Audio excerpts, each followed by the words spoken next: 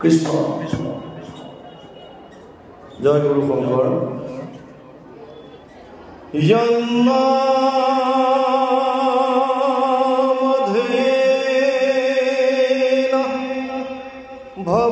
ভবদ্ভিৰঞ্জসা তৰ্য়া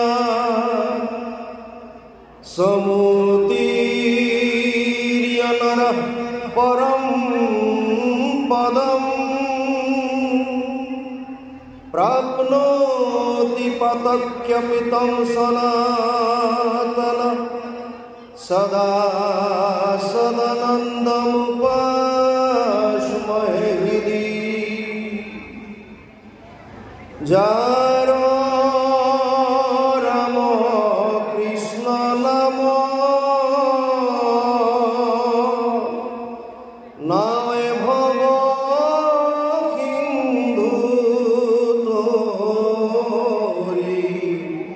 পাৱে পৰম পদ পাবি যত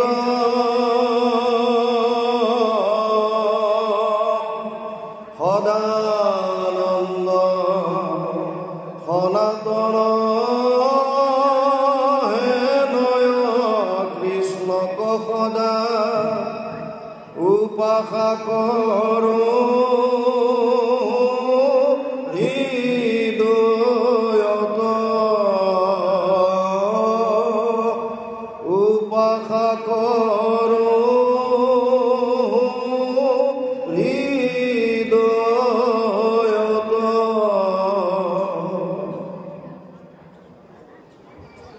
কৃষ্ণ জয় গুৰু শঙ্কৰ সৰ্বগুণাকৰ যাকেৰি নাহিকে উপাম তোহাৰি শৰণকো ৰেণু শতকোটি বাৰেক কৰহ প্ৰণাম তোহাৰি শৰণকো ৰেণু শতকোটি বাৰেক কৰহ প্ৰণাম অসমীয়া সমাজৰ পথ প্ৰদৰ্শক এক শৰণ হৰিনাম ধৰ্মৰ ভেটি প্ৰস্থাপক নৱবৈষ্ণৱ যুগৰ প্ৰৱৰ্তক জগতগুৰু শ্ৰীমন্ত শংকৰদেৱৰ শ্ৰীচৰণত প্ৰণিপাত জনায় যশোৱাৰ লাল কংসৰ কাল নন্দৰ নন্দন উদ্ধৱৰ বন্দন গোপিনীৰ মন দৈৱকীৰ ধন গোৱালৰ গোপাল আৰু ভকতৰ কৃপাল স্বৰূপ সৰ্বজ্ঞ সৰ্বব্যাপ্ত সৰ্বাশ্ৰয় সৰ্বশক্তিমান পৰম পুৰুষ পৰমানন্দ পৰমেশ্বৰ পৰম কৃপালু ভগৱান কৃষ্ণৰ পাদপংকজত সাষ্টাংগিক প্ৰণাম জনায় বৈকুণ্ঠৰ কল্পতৰু নাম বস্তু ভাগক সাৰোগত কৰি দেৱৰো দুৰ্লভ নৰতনুধাৰী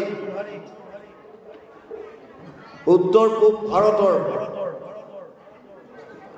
এক অৰাজনৈতিক ধাৰ্মিক সৰ্ববৃহৎ অনুষ্ঠান শ্ৰীমন্ত শংকৰদেৱ সংঘৰ নগাঁও জিলা শাখাৰ অধীনত চতুৰ্ভুজ আঞ্চলিকৰ ব্যৱস্থাপনাত অনুষ্ঠিত হোৱা আজিৰে মুকলি সভাৰ সভাপতিৰ আসন সুশোভিত কৰা পৰম শ্ৰদ্ধাৰ জয়কান্ত দাস বাপজনা খুব সুন্দৰ সাৱলীল সাৰগৰ্ভ মন্তব্যৰে কম সময়ৰ ভিতৰতে ধৰ্মৰ সমস্ত দিশ দাঙি ধৰি আজিৰে সভাৰ উদ্বোধন কৰা পৰম শ্ৰদ্ধাৰ হীৰেণ বৰা বাপজনা এই মঞ্চত উপবিষ্ট হৈ থকা শ্ৰীমন্ত শংকৰদেৱ সংঘৰ মূলৰ বিভিন্ন দায়িত্বত থকা বাপ বান্ধৱ আই মাতৃ সমস্ত নগাঁও জিলা শাখাৰ বিভিন্ন পদত অধিষ্ঠিত হৈ থকা বিষয়ববীয়া সমস্ত চতুৰ্ভুজ আঞ্চলিকৰ প্ৰাক্তন বিষয়ববীয়াৰ লগতে নৱনিৰ্বাচিত বিষয়ববীয়া সমস্ত চতুৰ্ভুজ আঞ্চলিকৰ বিভিন্ন প্ৰাথমিকৰ দায়িত্বত থকা বিষয়ববীয়া সমস্ত আৰু মঞ্চৰ সন্মুখত শ্ৰদ্ধা সহকাৰে বহি এই সভাৰ শোভাবৰ্ধন কৰা পৰম শ্ৰদ্ধাৰ বাপ বান্ধৱ আই মাতৃ যুৱক যুৱতী প্ৰমুখ্যে শিশুসকলৰ শৰীৰত নিৰ্বিৰাজমান দিব্য আত্মাক অন্তৰৰ পৰা সেৱা জনাই আমাক দিয়া দায়িত্বভাৰ পালন কৰিবৰ বাবে আপোনালোকৰ ওচৰত থিয় হৈছোঁ। জয় জয়তে ৭৬ সংখ্যক গণতন্ত্ৰ দিৱসৰ শুভ মুহূৰ্তত আপোনাক সকলোটিকে আমি অন্তৰৰ পৰা শুভেচ্ছা প্ৰদান কৰিছোঁ। ভাগৱতত কৈছে, কলি যুগ ভাৰত বৰিষ হৰিনাম, দেৱৰো দুৰ্লভ নৰতনু অনুপাম, চাৰিৰ সংযোগ কোটি কল্পতো নাপায়, সপনৰ নিধি যেন জাগিলে ধৰায়। চাৰিটা বস্তু দুৰ্লভ, কলিযুগ একেলগে পোৱাটো অতি কষ্টকৰ, কলিযুগ, হৰিনাম ভাৰতবৰ্ষত জন্ম হোৱা আৰু নৰতনু পোৱা। ইয়াৰ লগতে আৰু এটা দুৰ্লভ বস্তু আমি পাইছোঁ, মহাপুৰুষ শ্ৰীমন্ত শংকৰদেৱক আমি গুৰু হিচাপে পাইছোঁ। এই পাঁচটা বস্তু আমি লাভ কৰিছোঁ, আৰু লাভ কৰাৰ পাছতো যদি মনুষ্য জন্মটো সফল কৰিব নোৱাৰোঁ, তেতিয়াহ'লে আমাতকৈ দুৰ্ভগীয়া আৰু কোনো নাথাকিব। তিনিটা বস্তু দুৰ্লভ বুলি শংকৰাচাৰ্যই লিখি থৈ গৈছে। দুৰ্লভম ত্ৰায়নমেব তৎ দেৱানুগ্ৰহ কাৰকম, মনুষ্যত্ব মুমুক্ষত্ব মহাপুৰুষ সংশ্ৰয়। তিনিটা বস্তু দুৰ্লভৰ প্ৰথমটো কৈছে মনুষ্যত্ব প্ৰাপ্তি। 84 লাখ জুনি ভ্ৰমণ কৰাৰ পাছত 100 কোটি জন্মান্তৰে হৈ মহাভাগ নৰ শৰীৰক জীৱে তেৱে পাৱে লাভ। 84 লাখ জুনি, য'ত 20 লাখ সব স্থাৱৰ জানো, 9 লাখ জলচৰ সব মানুহ, 11 লাখ কুৰ্ম কবি গাৱে, पक्षीगण 10 लाख बतावे, 30 लाख पशु जानो हो भाई, 4 लाख बंदर दुखदाई। जब ये 84 लाख कट जावे तब कहूँ मनुष्य तन पावे। 20 लाख गस गसनिर प्रजाति, मानुहर शरीर पोৱাৰ আগত 20 লাখ প্ৰজাতিৰ গছ গছনিত ভ্ৰমণ কৰিবলগীয়া হয় এটা জীৱই। 9 লাখ জলচৰ প্ৰাণীৰ প্ৰজাতি, 11 লাখ কাছৰ দৰে বগাই যোৱা সৰীসৃপ জাতীয় প্ৰাণীৰ প্ৰজাতি, 10 লাখ চৰাই চিৰিকটিৰ প্ৰজাতি, 30 লাখ বিভিন্ন জন্তুৰ প্ৰজাতি, 4 লাখ বান্দৰ প্ৰজাতি। 84 লাখ জনী জীৱই ভ্ৰমণ কৰাৰ পাছত 100 কোটি জন্মান্তৰে হৈ মহাভাগ নৰ শৰীৰক জীৱে তেৱে পাৱে লাভ। কিমান কষ্টৰ ফলত, কিমান পুণ্যৰ ফলত আমি এইটো শৰীৰ পাইছোঁ। ইমান এটা দুৰ্লভ বস্তু আমাৰ হাতত থকাৰ পাছতো যদি আমি এই জন্মটো সফল কৰিব নোৱাৰোঁ, গুৰুজনাই কীৰ্তনত কৈছে, মনুষ্য জনম পায়া যিটো নৰগণ, নকৰে তোমাৰ যদি শ্ৰৱণ কীৰ্তন, বিফলে জনম গৈলা ভৈলা সৰ্বনাশ, জীৱন্ততে মৰাশীটো ভাতিৰ নিশ্চয়। যদি আমি সফল কৰিব নোৱাৰোঁ, আমাৰ জীৱন বিফলে যাব। নৰতনু ইমান এটা দুৰ্লভ বস্তু আমি পালোঁ। এই শৰীৰটো পোৱাৰ পাছত ইয়াক ব্যৱহাৰ কি কেনেকৈ কৰিম? আমি ব্যৱহাৰ তেনেকৈ কৰিম যিটো বস্তু আমাক লাগে তাৰ কাৰণে। আমাক লাগে কি? আপোনালোকে যদি চায়, যদি কাৰোবাক সোধা যায় যে তুমি কি বিচাৰিছা জীৱনত, কোনোবা হায়াৰ ছেকেণ্ডেৰী লেভেলৰ যদি এটা ষ্টুডেণ্টক সোধো যে তুমি কি বিচাৰিছা, সি হয়তো ক'ব মই হায়াৰ ছেকেণ্ডেৰী ভাল ৰিজাল্ট কৰিব বিচাৰিছোঁ। ভাল ৰিজাল্ট কৰিলে কি কৰিবা? বোলে কলেজত এডমিশ্যন ল'ব। কলেজত এডমিশ্যন ল'লা, তেতিয়া কি হ'ব? বোলে কলেজত মই ভালকৈ পাছ কৰিম, গ্ৰেজুৱেশ্যন ল'ম, তেতিয়া মাষ্টাৰ ডিগ্ৰী এডমিশ্যন ল'ম ইউনিভাৰ্চিটি। আচ্ছা, তুমি মাষ্টাৰ ডিগ্ৰী কৰিলা, তেতিয়া কি কৰিবা? বোলে মই PhD কৰিম, ডক্টৰেট হ'লা, তাৰপিছত চাকৰি কৰিম। চাকৰি কৰিলে কি হ'ব? পইচা আহিব। পইচা আহিলে কি হ'ব? মাটি বাৰী কিনিম, ঘৰ দুৱাৰ বনাম, তাৰপাছত বিয়া বাৰু পাতিম, তাৰপাছত সতি সন্তান হ'ব, তাৰপাছত কি আৰু? পইচা পাতি থাকিব, পৰিয়াল থাকিব, সুখ শান্তিৰে জীৱনটো পাৰ কৰাম। তাৰমানে যিটো চূড়ান্ত লক্ষ্য মানুহৰ, এইটো হৈছে আনন্দ প্ৰাপ্তি। আপুনি মই আজি ইয়ালৈ যিখিনি আহিছোঁ, যিখিনিয়ে আজি ভাষণ শুনিম বুলি আহিছে, সেইসকলেও আনন্দ পাবৰ কাৰণে আহিছে। যিসকল ইয়াৰ পৰা অলৰেডি গুচি গৈছে তেওঁলোকেও আনন্দ পাবৰ কাৰণে গৈছে। প্ৰত্যেকেই আনন্দ বিচাৰি আছে, কিন্তু ক'ত আনন্দটো আছে এই কথাটো আমি বুজিব পৰা নাই। তাৰ কাৰণে আমাৰ কৰ্মৰাজি সকলোৰে বেলেগ বেলেগ হৈ আছে। যদি আমি সত্যটো উপলব্ধি কৰিব পাৰোঁ, অনুধাৱন কৰিব পাৰোঁ শাস্ত্ৰৰ ওপৰত বেছ কৰি, তেতিয়াহ'লে আমাৰ কাৰোৰ মাজত মতৰ অমিল নহ'ব। আমি একেটা লক্ষ্যত গৈ আছোঁ, কিন্তু ৰাস্তাবিলাক বেলেগ বেলেগ হৈ আছে, যাৰ কাৰণে সমাজত খেলি মেলিৰ সৃষ্টি হৈছে। আমাৰ নিজৰ যিখিনি মুষ্টিমেয়, আমি যিখিনি জাতি জনগোষ্ঠী মিলি পেলাই অসমীয়া বুলি কওঁ, আমাৰ মাজতে খেলি মেলি লাগিছে ধৰ্মৰ নামত। কাৰণ আচল তত্ত্বটো আমি বুজাই নাই। আমাৰ উদ্বোধক নাগৰিকে কৈছে ধৰ্ম মানে যি ধাৰণ কৰে। ধাৰণ কৰাৰ যোগ্য কি ধাৰণ কৰিব আপুনি? তাৰ কাৰণে শাস্ত্ৰ কাষ চাপিব লাগিব। এই আনন্দটো প্ৰথম কথা বিচাৰোঁ কিয়? কাৰণ আমি পৰম আনন্দৰ অংশ। মামে বংশ জীৱলোকে জীৱভূত সনাতন, পঞ্চদশ অধ্যায় 7 নম্বৰ শ্লোক গীতা। অৰ্জুনক কৈছে, হে অৰ্জুন, এই যত যিমান জীৱ দেখিছা মোৰ অংশ। মামে বংশ জীৱলোকে জীৱভূত সনাতন। ভগৱান হৈছে আনন্দ স্বৰূপ, পৰমানন্দ, আৰু পৰমানন্দৰ অংশ হিচাপে আমি জীৱ, আমি আনন্দ পাব বিচাৰিছোঁ। কিন্তু ডাঙৰ কথা হৈছে এই আনন্দটো পাম ক'ত? এই সত্যটো নজনাৰ কাৰণেই আজি আমাৰ মাজত মতভেদ, বিৰোধ চলিছে। ইজনে সিজনক আমি দেখিব নোৱাৰা হৈছোঁ। চবেই আনন্দ বিচাৰিছে, কিন্তু পথটো বেলেগ বেলেগ হৈছে। কাৰণ সত্যটো উপলব্ধি কৰিব পৰা নাই। আনন্দ কাক লাগে? আত্মা।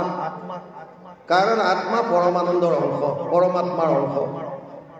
তিনিটাই মূল তত্ত্ব আছে, ভগৱান, মায়া আৰু জীৱ। জীৱক লাগে আনন্দ। বিচৰাৰ বাট আছে দুটা, এফালে ভগৱান, এফালে সংসাৰ। আৰু এই মায়াত এডাল তৃণৰ পৰা বুলি ব্ৰহ্মালৈকে, ব্ৰহ্মা আদি কৰি জীৱ যত ৰাম ৰাম ৰাম ৰাম ৰাম, মায়া সজ্জা মাজে আশ্ৰয় ঘুমতি যায়। কোনো সাৰিব পৰা নাই মায়া। দুখনেই ক্ষেত্ৰ। আপুনি বিচৰা আনন্দটো হয়তো ভগৱানত পাব, আৰু নহ'লে মায়াৰ সংসাৰখনত পাব। এই সত্যটো যদি এবাৰ মাত্ৰ বুজি লওঁ, আমাৰ মাজত কোনো ভেদ নাথাকে। আচলতে আনন্দটো আছে ক'ত? দুটা স্থান, মায়া, ভগৱান। মায়াৰ বিষয়ে ভগৱান নাৰায়ণে সৃষ্টিৰ আদিত ব্ৰহ্মাক চতুশ্লোকী ভাগৱত কওঁতে 2য় শ্লোকত কৈছিল, ঋতেৰ্থে য়ৎ প্ৰতীয়ত না প্ৰতীয়ত চাত্মানি তদ বিদ্যাদাত মনোমায়া যথা ভাসো যথা তম। 2:34, 2য় স্কন্ধ 9ম অধ্যায় 34 নম্বৰ শ্লোক অনুবাদ কৰিছে গুৰুজনাই ভাগৱতত 2য় স্কন্ধত। অবস্তুক দেখাওয় বস্তু কাবৰি, এইকে মোহৰ মায়া জানা নিষ্ট কৰি। নাথাকিতো যেন দেখি চন্দ্ৰমা দুটয়, থাকিতো ৰাহুক যেন কেহু নেদেখয়। সেই মতে মায়া আৰ কৰি ঈশ্বৰক, আশাৰ বিষয় সদা দেখাওয় জীৱ। ভাগৱতটো শুনি আছো। ভাগৱতে কৈছে মায়াই ঈশ্বৰৰ ওপৰত এখন আৱৰণ দিয়ে আৰু আমাক বিষয়ৰ বাটটো দেখুৱাই দিছে সংসাৰমুখী। আমি জনাৰ পাছতো এই সংসাৰতে আনন্দ বিচাৰি আছো। তাৰো লজিক নথকা নহয়। সদায় যেতিয়া তত্ত্বটো বুজি ল'ব, তাৰ পাছত নিজে নিজে উপলব্ধি কৰিব পাৰিব কিয় আচলতে সংসাৰত বিচাৰিছোঁ, কিয় ধন টকা পইচা, ঘৰ দুৱাৰ, কাপোৰ কানি, পুত্ৰ পৰিবাৰ, এইবিলাকত কিয় বিচাৰিছোঁ, মায়াৰ সাগৰৰ প্ৰতি আমি কিয় আকৃষ্ট হৈছোঁ, ভগৱানৰ প্ৰতি বিমুখ হৈ কিয় আছোঁ। কাৰণ মন বুদ্ধি মায়াৰ দ্বাৰা সৃষ্ট হৈছে। এই 24 তত্ত্বৰ দ্বাৰা যি শৰীৰটো হৈছে, পঞ্চমহাভূত, ক্ষিতি জল তেজ বায়ু আকাশ, 5 তন্মাত্ৰা ৰূপ ৰস গন্ধ স্পৰ্শ শব্দ, 5টা জ্ঞানেন্দ্ৰিয়, শ্ৰোত্ৰ নেত্ৰ জিহ্বা ঘ্ৰাণ আৰু চৰ্ম, 3, 5, 15 ইয়াত গুচি গ'ল। পঞ্চভূত, পঞ্চতন মাত্ৰা, 5 জ্ঞানেন্দ্ৰিয়, 5 কৰ্মেন্দ্ৰিয়, গুহ্য লিংগ পদ বাণী কৰ, মন বুদ্ধি অহংকাৰ আৰু মূল প্ৰকৃতি। 24 তত্ত্বৰ দ্বাৰা শৰীৰটো গঠিত। ইয়াত মন আৰু বুদ্ধি মায়াৰ বস্তু, সেইকাৰণে নিজৰ মূললৈ যাব বিচাৰিছে, মায়াৰ মাজত আনন্দ পাব বিচাৰিছে। আৰু আত্মা ভগৱানৰ অংশ, আত্মাই ভগৱানৰ ফাললৈ নিব বিচাৰিছে। এখন যুদ্ধ লাগি আছে আমাৰ মাজত, যিখন যুদ্ধ ঋষিসকলে ৰাম ৰাৱণৰ যুদ্ধ, দেৱ অসুৰৰ যুদ্ধ, কৌৰৱ পাণ্ডৱৰ যুদ্ধ, ধৰ্ম অধৰ্মৰ যুদ্ধ, বিভিন্ন নাম দি আমাক দেখুৱাইছে।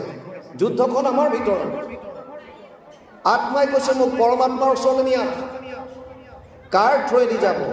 মন বুদ্ধি জ্ঞানেন্দ্ৰিয়ৰ দ্বাৰা, কৰ্মেন্দ্ৰিয়ৰ দ্বাৰা। আৰু মনে কৈছে যে মোৰ আনন্দটো ইয়াত আছে, মোৰ মূলত আছে, ধন টকা পইচা, পুত্ৰ পৰিবাৰ, ঘৰ দুৱাৰ ইত্যাদি। গতিকে এখন যুদ্ধ লাগি আছে। আচলতে মায়াত আনন্দ নাই, অবস্তুক দেখুৱাই আছে বস্তু কৰি। মোৰ পোষ্টিং আছিল জেচলমেৰত। জেচলমেৰ সম্পূৰ্ণৰূপে মৰুভূমি। আমি থাকোঁতে মই 95 পৰা 2001লৈকে জেচলমেৰত আছিলোঁ। আপোনালোকৰ প্ৰায়ে হয়তো জানে মই SSBত আছিলোঁ, এছিষ্টেণ্ট কমাণ্ডেণ্ট হিচাপে। ভলণ্টিয়াৰ ৰিটায়াৰমেণ্ট লৈছোঁ 2022ত, ভকতৰ লগত থাকিম বুলিয়ে। আৰু যেতিয়াৰ পৰা এনেকৈ ঘূৰি আছোঁ। গৰম দিনত 52 ডিগ্ৰী চেলচিয়াছ আমি নিজে তাত নোট কৰিছিলোঁ। 52 ডিগ্ৰী। যোৱা বছৰ অসমত 42 ডিগ্ৰী চেলচিয়াছ হওঁতেই মানুহৰ হাহাকাৰ অৱস্থা। তাত যেতিয়া মৰুভূমিত বালিত আমি দূৰলৈ চাই দিওঁ, তাত দেখা পাওঁ যেন পানী আছে, হ্ৰদৰ নিচিনা অনুভৱ হয়। আগবাঢ়ি যদি গৈ থাকে, পানী পিছলৈ গৈ থাকিব। আলকটৰা দিয়া ৰাস্তাত আপোনালোকে যদি গৰম দিনত ইয়াতো চায়, তাতো এই পানীৰ আভাসটো দেখিব, কিন্তু আচলতে পানী নাই। আলকটৰা দিয়া ৰাস্তাত গৰম দিনত চাব আপোনালোকে, তাত দূৰত দেখিব যেন পানীৰ দৰে আভাস এটা পাব। আপুনি আগবাঢ়ি গৈ থাকক, পানী আগবাঢ়ি গৈ থাকিব। কি এয়া? মৰিচিকা, মৃগতৃষ্ণা। যিমান বিচাৰি ফুৰিলেও নাপায়, অবস্তুক দেখা হৈ বস্তু কামুৰি। আচল সত্যটো আমাক নেদেখুৱায়, য'ত নাই তাত আছে বুলি দেখুৱাইছে। এয়াইতো মায়া, আৰু আমি তাৰ পাছত দৌৰি আছো। এই আনন্দ প্ৰাপ্তিৰ কাৰণেই আজিৰ পৰা প্ৰায় 600 বছৰ আগত অসমত, তেতিয়াতো অসম বুলি নাছিলে, বিভিন্ন জাতি জনগোষ্ঠীৰ মাজত সুকীয়া সুকীয়া ৰাজ্য, তেওঁলোকে আনন্দ প্ৰাপ্তিৰ নামত বিভিন্ন ধৰণৰ বলি বিধানৰ আশ্ৰয় লৈছিল, বিভিন্ন দেৱ দেৱতাৰ আশ্ৰয় লৈছিল। ইটো দেশে পূৰ্বকালে নাছিল ভকতি, নানা ধৰ্ম কৰ্ম লোক কৰয় সম্প্ৰতি, নানা দেৱ পূজয় কৰয় বলিদান, হংস সাগ মহিষ কাটে অসংখ্য প্ৰমাণ, নষ্ট গৈল লোক দেখিলো সংসাৰত, কৃপাময় কৃষ্ণে পাছে গুণী বৈকুণ্ঠত, ইটো লোক সমস্তকে কৰিতে উদ্ধাৰ, শংকৰ স্বৰূপে হৰি ভৈলা অৱতাৰ। এইখন দেশত গুৰুজনা আবিৰ্ভাৱ হ'ল। আৰু বাৰ অৱতাৰ ধৰন্ত ঈশ্বৰ কৃষ্ণে হৰিবাকত পৃথিৱীৰ ভাৰ, অন্ত্যজাতি পতিতৰ কাৰণ হেতু ইবাৰ বৈলন্ত অৱতাৰ। গুৰুজনাই এইবাৰ এটা বেলেগ কাৰণত আহিল। আৰু কি? এই যে আনন্দ বিচাৰি ধৰ্মৰ নামত যে অধৰ্ম কৰি আছে, জীৱ জন্তু হত্যা কৰি আছে, এই লোকসকলক উদ্ধাৰ কৰাৰ অৰ্থে আমাক শাস্ত্ৰৰ ওপৰত ভিত্তি কৰি এটা সুন্দৰ সুগম সুলভ এটা ধৰ্মৰ ৰাস্তা আমাক দেখুৱাই দিলে, যাক মহাপুৰুষ মাধৱদেৱে নামাঙ্কিত কৰিছে, এক শৰণ হৰি নাম ধৰ্ম বহু ৰাজা কৰো পৰকা। এক শৰণ হৰি নাম ধৰ্ম। বহুতে কয় গুৰুজনাই এক শৰণ হৰি নাম ধৰ্ম প্ৰচাৰ কৰিলে, আমি কিয় মানিম? শ্ৰীমন্ত শংকৰদেৱ কি তেওঁ কি এনেকুৱা অথেণ্টিক নেকি যে কৈ দিলে বুলি আমি মানিম? গুৰুজনাই যদিও তেওঁ অৱতাৰ, কিন্তু শাস্ত্ৰৰ ওপৰত ভিত্তি কৰিহে তেওঁ এক শৰণ হৰিনাম ধৰ্ম কৰিছে প্ৰৱৰ্তন।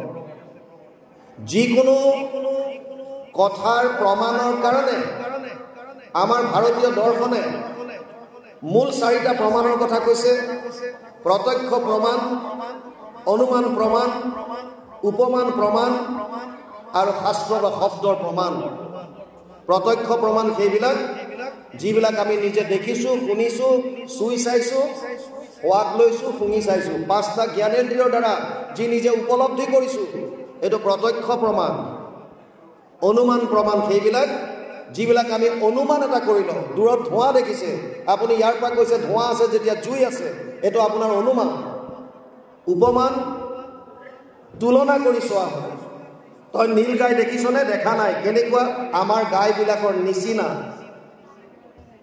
তাৰ মানে আমাৰ গাই দেখিলে নীল গাই দেখাটো নুবুজায় আজিকালি ভাওনাত ভাও ওলালে ভাৱৰীয়াই ভাও দিলে ধোঁৱা দিয়ে ফাংচনত গায়কে গান গালেও ধোঁৱা দিয়ে ধোঁৱা দেখিলে জুই নহ'বও পাৰে প্ৰত্যক্ষ প্ৰমাণো ভুল হ'ব পাৰে দ্ৰোণাচাৰ্যই কুৰুক্ষেত্ৰ যুদ্ধত যুধিষ্ঠিৰৰ মুখৰ পৰা শুনিছিল অশ্বত্থামা হত আৰু ধনুষৰ পেলাই দিলে অশ্বত্থামা মৰি গ'ল মই জীয়াই কি কৰিম মোৰ পুত্ৰ যেতিয়া নাই গতিকে মই আৰু যুদ্ধ কৰি লাভ নাই ধনুষৰ পেলাই দিলে কাৰ মুখৰ পৰা শুনিছে যুধিষ্ঠিৰ সত্যবাদী ধৰ্মৰাজ তথাপিও এইটো সত্য নহয় অশ্বত্থামা হত সত্য ইতি গজটো কোৱালে কোৱালে ভগৱান কৃষ্ণ ইংগিত দি দিলে ঢাক ঢোল মৃদংগ য'ত যিমান বস্তু আছে বজাই দিলে শুনিবলৈ নাপালে পিছৰখিনি আৰু আগৰখন শুনিলে অশ্বত্থামা হত প্ৰত্যক্ষভাৱে শুনাৰ পাছতো এই কথাটো সত্য নহয় তাৰ মানে কেতিয়াবা কেতিয়াবা প্ৰত্যক্ষ প্ৰমাণো গ্ৰহণযোগ্য নহ'ব পাৰে অনুমান প্ৰমাণ গ্ৰহণযোগ্য নহ'ব পাৰে উপমান প্ৰমাণ গ্ৰহণযোগ্য নহ'ব পাৰে তেতিয়া আমাৰ হাতত এটাই প্ৰমাণ আহে সেইটো হৈছে শব্দ বা শাস্ত্ৰৰ প্ৰমাণ কিন্তু কি শাস্ত্ৰ মানিব এতিয়া ছ'চিয়েল মিডিয়াত বহুতে বিভিন্ন ধৰণৰ শাস্ত্ৰৰ উদ্ধৃতি দি পেলাই বলি বিধানৰ ফেভাৰত তেওঁলোকে মন্তব্য দিয়ে অমুকত এনেকৈ আছে তমুকত তেনেকৈ আছে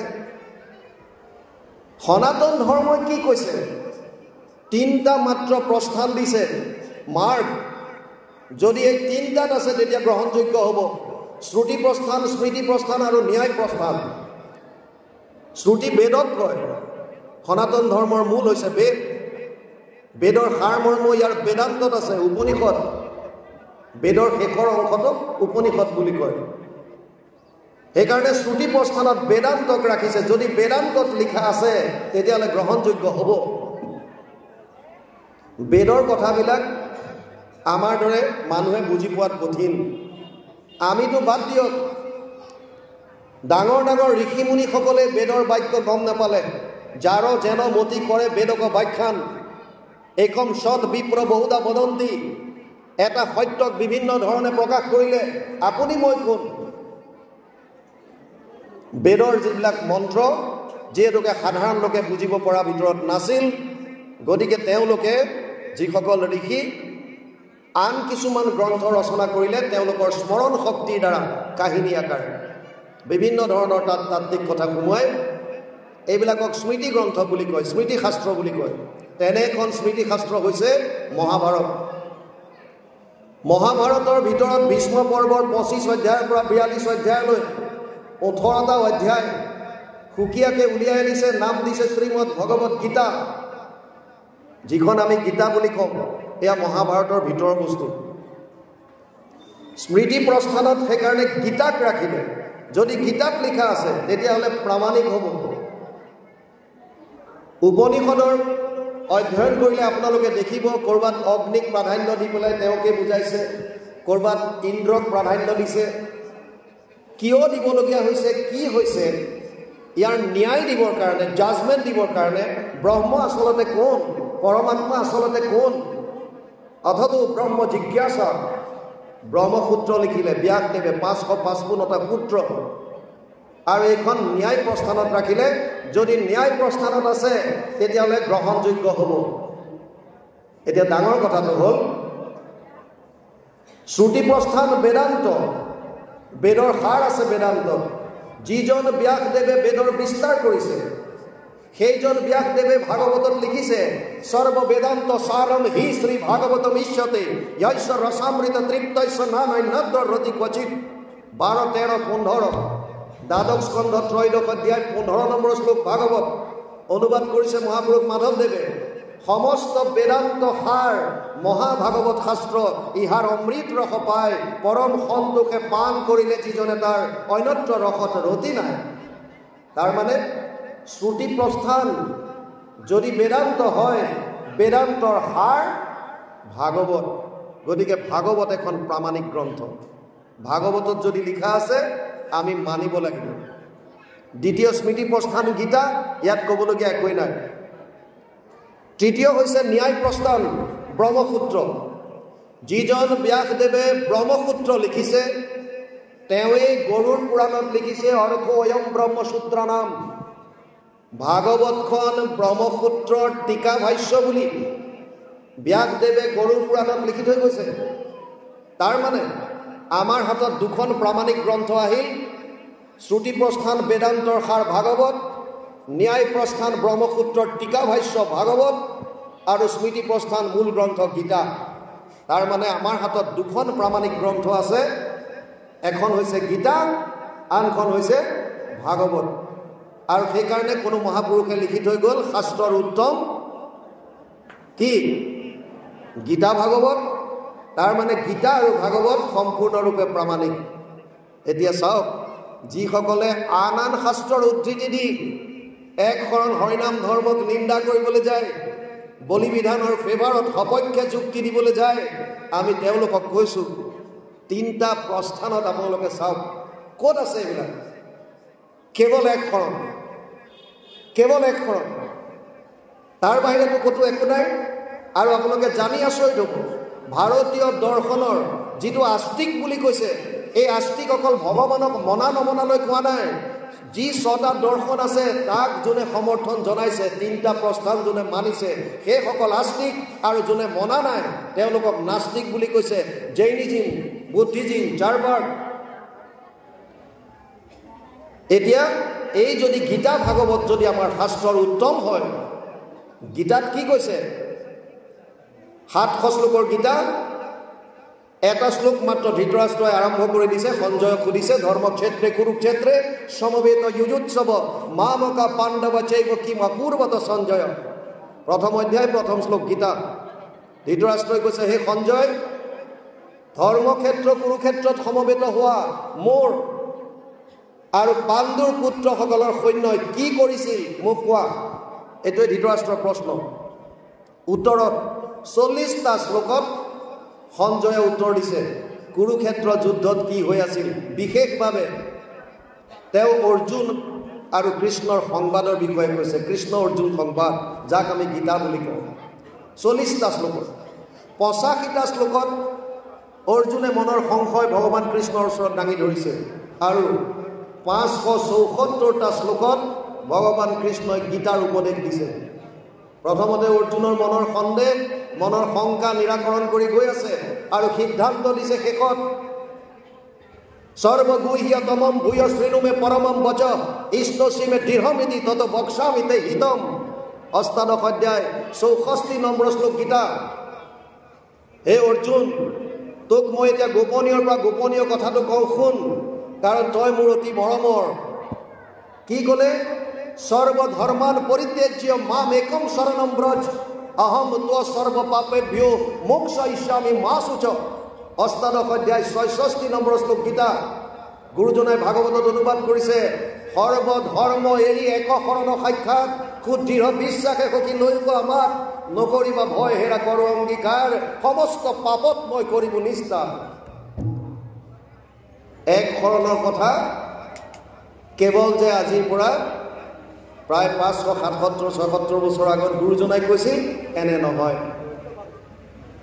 এক শৰণৰ কথা 5,500 বছৰৰ আগত ভগৱান কৃষ্ণই কুৰুক্ষেত্ৰত অৰ্জুনক দাঙি ধৰিছিল।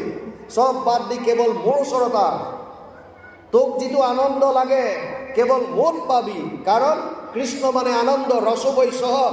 কৃষ্ণ শব্দৰ অৰ্থ আনন্দ, কৃষি ভূবাচক শব্দ নচ নিবৃত্তি বাচক দ্বয়ুর একাত পরম ব্রহ্ম কৃষ্ণ ইতি অভিধীয়তে। মহাভারত উদ্যোগ পর্ব। ক্রিক হেন শব্দ ইটো পৃথিবী বাচক বইলা ন আনন্দত প্রবর্তয় দুইরু এক পদ মিলি পরম ব্রহ্ম রূপ কৃষ্ণ নাম আনন্দক মাত্র কয়। কেৱল আনন্দ। সেইকাৰণেতো আমি নামত গাওঁ স্বৰূপানন্দ, সহজানন্দ, হৃদয়ানন্দ, পৰমানন্দ, সচ্চিদানন্দ, চিদানন্দ, সদানন্দ গাই থাকোঁ। যদি আনন্দ লাগে কৃষ্ণত একান্ত শৰণ ল'ব লাগিব, তাৰ বাহিৰে গতি নাই। য'ত আনন্দ আছে আপুনি যদি তাত নাযায়, বেলেগত যদি আনন্দ বিচাৰি থাকে ক'ৰ পৰা পাব? আপুনি ডাক্তৰৰ তালৈ গৈছে, শাৰীৰিক অসুস্থ, ডাক্তৰে আপোনাৰ গোটেই টেষ্ট কৰালে আৰু অকণমান মেডিচিন লিখি দিলে, এইকেইটা লৈ যাব। আপুনি মেডিচিন কিনিবলৈ ক'ত যাব? ফাৰ্মাচীত, হোটেলত, কাপোৰৰ দোকানত, মলত ক'ত সোমাব? য'ত মেডিচিন আছে, য'ত আছে। সমস্ত শাস্ত্ৰই কৈ আছে যে কেৱল আৰু কেৱল কৃষ্ণ আনন্দময়, সেইজনে পৰমানন্দ। নিজ মুখে অৰ্জুনক কৈছে মোৰ শৰণতা চব বাদ দে, কেৱল একত শৰণ ল। আৰু গুৰুজনাইতো এক শৰণ হৰিনাম ধৰ্মৰ এক শৰণটো গীতাৰ পৰাই দিছে। গীতা তেতিয়াহ'লে সনাতন ধৰ্মৰ 3টা প্ৰস্থানৰ স্মৃতি প্ৰস্থানৰ মূল গ্ৰন্থ। কেনেকৈ প্ৰমাণিক নহ'ব? কেনেকৈ প্ৰমাণিক নহ'ব? এক শৰণ আনিছে গীতাৰ পৰা। হৰিনাম ধৰ্ম যদিও কোৱা হয় পদ্মপুৰাণৰ সহস্ৰ নামৰ পৰা গুৰুজনাই হৰিনাম ধৰ্ম আনিছে, সত্য। কিন্তু শাস্ত্ৰৰ উত্তম ভাগৱতে কি কয়? ভাগৱত 12টা স্কন্ধ, 335টা অধ্যায়, 5,96,000 শব্দ, 18,000 শ্লোক। শেষৰ শ্লোকটোত গৈ কৈছেগৈ নাম সংকীৰ্তনম য়স্য সৰ্ব পাপ প্ৰণাশনম প্ৰণাম দুঃখ সমানাত্তম নমামি হৰিম পৰম। 12, 13, 23 দ্বাদশ স্কন্ধ 3য় অধ্যায় 23 নম্বৰ শ্লোক। ভাগৱতে ক'লে শেষত গৈ 18,000ৰ শেষৰ শ্লোকত নাম সংকীৰ্তনৰ দ্বাৰাই আমি সমস্ত পাপৰ পৰা পৰিত্ৰাণ পাব পাৰোঁ। গতিকে গুৰুজনাই যি এক শৰণ হৰিনাম ধৰ্ম আনিছে, ই সম্পূৰ্ণ আৰু সম্পূৰ্ণৰূপে শাস্ত্ৰৰ উত্তম গীতা ভাগৱত সনাতন ধৰ্মৰ 3 প্ৰস্থান, শ্ৰুতি প্ৰস্থান, স্মৃতি প্ৰস্থান আৰু ন্যায় প্ৰস্থানৰ ওপৰত অধিষ্ঠিত। কিন্তু অতি পৰিতাপৰ বিষয়, অতি দুখৰ বিষয়, 5,500 বছৰ আগত ভগৱান কৃষ্ণই নিজ মুখে কোৱা এই এক শৰণৰ বাক্যশাৰী ভাৰততহে নালাগে, পৃথিৱীৰ বিভিন্ন ঠাইত গীতাৰ প্ৰবচন দি থকা লোকসকলেও সহজ আৰু শুদ্ধ ৰূপত মানুহক ইয়াৰ তত্ত্বটো বুজাই দিয়া নাই। এক শৰণ মানে এক শৰণ, এক দেৱ, এক দেৱ, এক বিনে নাই কে। কেৱল আৰু কেৱল 15শ শতিকাত আমাৰ সকলোৰে শিৰৰ মুকুট স্বৰূপ গুৰুজনাই ক'লে যে এক শৰণ মানে একত শৰণ, ইয়াত দুজা কোনো আহিব নোৱাৰে। এক দেৱ, এক দেৱ, এক বিনে নাই কে। বাকীসকলে কিয় নকয়? জনাততো চবেই জানে। ইয়াত এক শৰণৰ কথা কৈছে, দ্বিতীয়ৰ কথা কোৱাই নাই। এই সত্য শুদ্ধ কথাটো যদি আজি আমাৰ মাজত বিলাই দিলেহেঁতেন, তেতিয়াহ'লে আজি আমাৰ মাজত কোনো খেলি মেলি নাথাকিলেহেঁতেন। আমি সকলো এক পন্থ হ'লোহেঁতেন, এটা মাৰ্গত গ'লোহেঁতেন, সকলোৱে আনন্দ বিচাৰিছে, সকলো কৃষ্ণমুখী হ'লোহেঁতেন। কিহৰ কাৰণে খেলি মেলি লাগিল? কাৰণ এই সত্য শুদ্ধ কথাটো যদি সকলোৱে যদি সমানভাৱে ক'বলৈ যায়, ধৰ্মৰ নামত চলাই থকা বহুত ব্যৱসায় বন্ধ হৈ যাব। গুৰুজনাইতো ব্যৱসায় কৰা নাছিল। তেওঁতো শিৰোমণি ভূঞা, আৰামত নিজৰ ঘৰত থাকি নিজৰ কামখিনি চলোৱা হ'লেও আৰামত থাকিব পাৰে। সমস্ত ত্যাগ কৰি জনকল্যাণৰ কাৰণে ওলাই আহিছিল তেওঁ। গতিকে কোনো ব্যৱসায়ৰ কথা নাই। গতিকে সত্য শুদ্ধ কথাটো আমাৰ আগত দাঙি ধৰিলে। এক শৰণ হৰিনাম ধৰ্ম কি আছে? এক শৰণ হৰিনাম ধৰ্ম আমাৰ উদ্বোধক ডাঙৰীয়াই কৈছে, আমালৈ দায়িত্ব দি দিলে নিৰ্দিষ্ট বক্তাই অকণমান ধৰ্মৰ ওপৰত ক'ব। কি আছে এক শৰণ হৰিনাম ধৰ্ম? প্ৰথম কথা, ইয়াত প্ৰথম কথা সমস্তৰে অধিকাৰ আছে। বাক্য কৰ্ণ মন মুখ আছে মানে যাৰ, হৰি ভকতিত সমস্তৰে অধিকাৰ। সেইকাৰণে গুৰুজনাই ওবা নৰলোক বুলি সম্বোধন কৰিছে। ওবা নৰলোক হৰি ভজিলোক ধৰা এইটো উপদেশ। সকলোকে কৈছে, বিশ্বৰ সমস্ত মানৱৰ কাৰণে। ইয়াৰ কাৰো পেটেণ্ট নাই। কোনেও ক'ব নোৱাৰে যে এখন হৰিনাম ধৰ্ম কেৱল আহোম সম্প্ৰদায়ৰ কাৰণে, কোনেও ক'ব নোৱাৰে এইটো কলিতাৰ কাৰণে, কোনেও ক'ব নোৱাৰে কোচ সম্প্ৰদায়ৰ কাৰণে। সমস্ত মানৱ জাতিৰ কাৰণে সকলোৰে অধিকাৰ গুৰুজনে আমাক দি গৈছে। আৰু আপোনালোকে জানি আচৰিত হ'ব, আমাৰ যিটো নামঘৰ, যিটো নামঘৰৰ আৰ্হি, যিটো নামঘৰৰ কনচেপ্ট গুৰুজনাই যিটো সৃষ্টি কৰি গৈছে, এই নামঘৰত তিনিফালে বেৰ নাই, ৱাল নাই। 3টা ছাইড খোলা আছে, কেৱল এটা ছাইডত যোনফালে গুৰু আসন ভাগি আছে সেইটো ছাইড বন্ধ, বাকী 3টা ছাইড খোলা। কিয়? গুৰুজনাইতো তেতিয়াও বনাব পাৰিলেহেঁতেন চব ঘেৰাও কৰি, কিয় নবনালে? কাৰণ নামঘৰলৈ আহিবলৈ সকলোৰে অধিকাৰ আছে। ইয়াত যিকোনো জাতি ধৰ্মৰ মানুহ তালৈ আহিব পাৰে। আৰু সেইকাৰণে দ্বিতীয় তত্ত্বটো হৈছে ইয়াত উচ্চ নীচ, জাতি ভেদ, ধনী দুখীয়া এইবিলাক একো নাই। আমি যেতিয়া নামঘৰত বহোঁ, একেলগে চব ধাৰি পাতিত একেলগে বহা হয়। কোনেও ক'ব নোৱাৰে কোনজন উচ্চ জাতিৰ, কোনজন নীচ জাতিৰ, কোনজন বেছি ধনী, কোনজন দুখীয়া, কোনজন জ্ঞানী, কোনজন অজ্ঞানী, কোনেও গম নাপায়। এখন সমাজ, কি সুন্দৰ সমাজ আমাক দি গৈছে। আৰু তৃতীয় তত্ত্বত আমাক ঈশ্বৰ চিনাকি কৰাই দিলে। যিটো আনন্দৰ খোজত আমি ঘূৰি ফুৰিছোঁ, যিটো আনন্দ পাবৰ কাৰণে ৰাতিপুৱাৰ পৰা ৰাতিলৈকে হাহাকাৰ কৰি দৌৰি ফুৰিছোঁ, এই আনন্দটো ক'ত পাম সেয়া আমাক চিনাকি কৰাই দিলে। দেৱ এজনেই, এজন হৈছে কৃষ্ণ। কৃষ্ণক আমাক চিনাকি কৰাই দিলে। বহুতে কৈছে যে কৃষ্ণকে শ্ৰেষ্ঠ বুলি আমি কেনেকৈ মানিম? কেনেকৈ নামানিবা? দেৱ মানে কি? আপোনাৰ মোৰ জীৱনত যদি কাৰোবাৰ অৱদান আছে, আপোনাৰ মোৰ কাৰণে দেৱতা হ'ব পাৰে, একো ডাঙৰ কথা নহয়। মোৰ জীৱনত মোৰ মাতৃৰ অৱদান আছে, মাতৃদেৱ হ'ব। মোৰ জীৱনত মোৰ পিতৃৰ অৱদান আছে, পিতৃদেৱ হ'ব। মোৰ জীৱনত মোৰ দেশখনৰ অৱদান আছে, দেশখনক জননীৰ লগত তুলনা কৰা হয় আৰু জননী দেৱ হ'ব। গ্ৰহ নক্ষত্ৰ, গছ গছনি, পশু পক্ষী, যাৰে আপোনাৰ জীৱনত অৱদান আছে আপুনি দেৱ বুলি মানিব পাৰে, একো ডাঙৰ কথা নহয়। কিন্তু আৰাধ্য কোন হ'ব? ইষ্টদেৱ কোন হ'ব? ভাগৱতে কৈছে, সৃষ্টি স্থিতি প্ৰলয়ৰ হেতু যিটো দেৱ, পৰম ঈশ্বৰ তান্তবিনে নাহি কেৱ।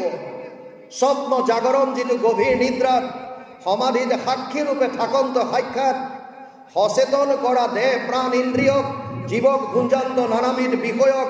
পৰমাত্মা বুলি তাক কহে মুনিগণ, এহিটো পৰম তত্ত্ব জানিবা ৰাজন।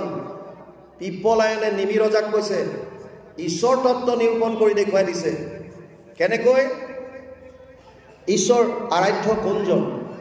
যিজনে সৃষ্টি স্থিতি আৰু প্ৰলয়ৰ যিজন গৰাকী, কোটি কোটি ব্ৰহ্মাণ্ডৰ যিজন অধিকাৰী, সেইজনক ঈশ্বৰ বুলি চিনাকি কৰাই দিছে।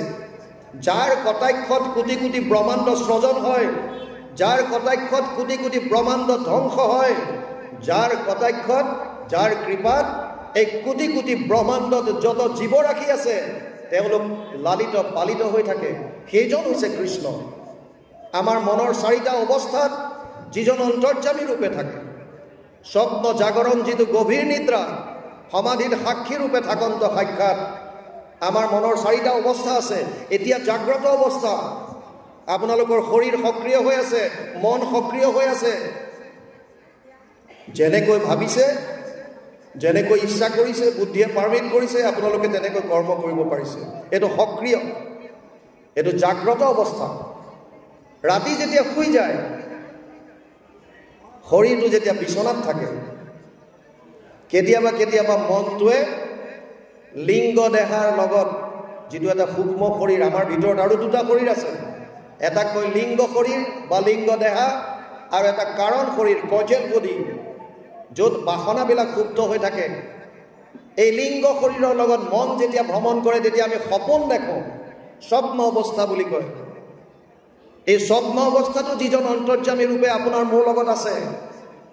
আৰু যিটো গভীৰ নিদ্ৰা, কেতিয়াবা কেতিয়াবা আমি শুই যাওঁ, ৰাতি 10টা বজাত আপুনি শুই গ'ল, ৰাতিপুৱা 6টাত সাৰ পাই কৈছে কালি যি পৰিলোঁ 10টাত আৰু গম নাপাওঁ, ৰাতিপুৱা 6টাতে চকু খোল খাইছে। আপুনি ভাবি পাই চাইছেনে কেতিয়াবা গম নাপাওঁ বুলি আপুনি কেনেকৈ গম পালে? আপুনি যে 10টাত শুই গ'ল, ৰাতিপুৱা 6টাত সাৰ পাইছে, আপুনি কৈছে মই ৰাতিটো একো গম নাপাওঁ। এই গম নাপাওঁ বুলি আপুনি কেনেকৈ গম পালে?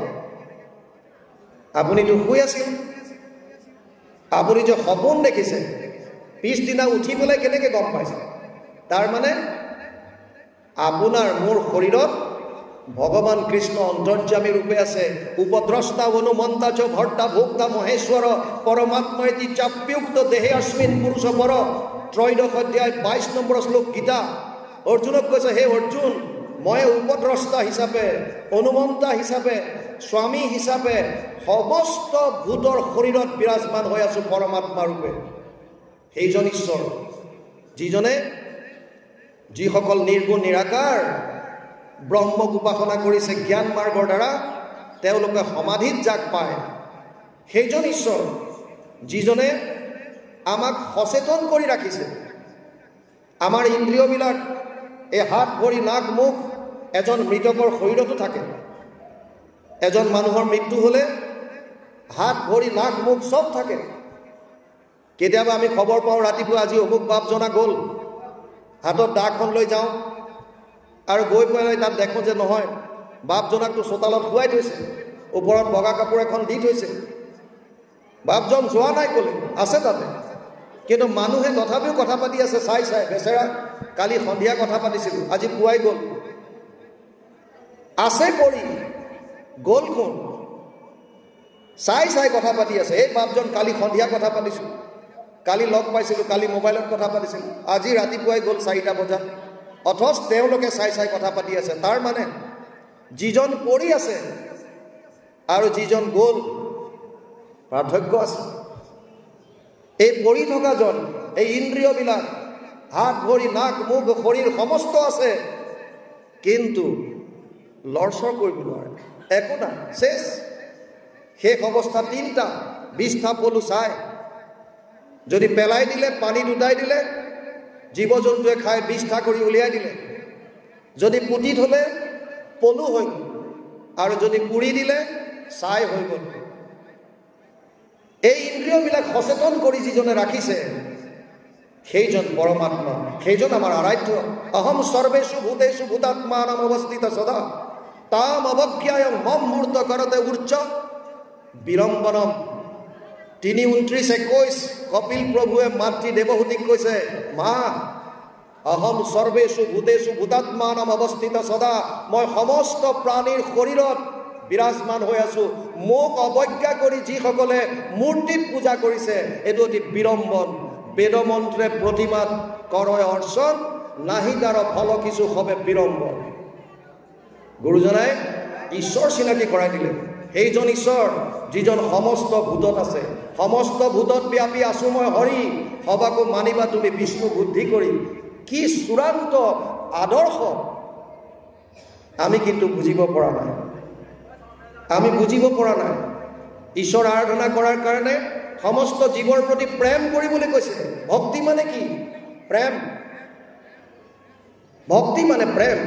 ভক্তিটো প্ৰেম, পৰম প্ৰেম অমৃত স্বৰূপা। নাৰদ ভক্তি সূত্ৰত নাৰদে কৈছে, ভক্তি মানে প্ৰেম। কাক প্ৰেম কৰিব? সমস্ত জীৱক। বিশেষত মনুষ্যগণত যিটো নৰে বিষ্ণু বুদ্ধি কৰি সৰ্বদাই মান্য কৰে। বৈকুণ্ঠ পুৰাণৰ প্ৰাক মুহূৰ্তত উদ্ধৱক আদেশ দি গৈছে, উপদেশ দি গৈছে, মানুহৰ প্ৰতি বিষ্ণুময় ভাৱ লৈ পেলাই যদি আমি তেওঁলোকক সেইমতে যদি ব্যৱহাৰ কৰোঁ, কিন্তু কৰিছোনে নাই? যিটো ধৰ্ম, এক শৰণ হৰিনাম ধৰ্ম, যিটো উদ্দেশ্য লৈ গুৰুজনাই আমাক দি গ'ল, আমি সেই ধৰ্মটো পালন কৰিব পাৰিছোনে নাই? আজি বিষয় পাবৰ কাৰণে খোৱা কামৰা।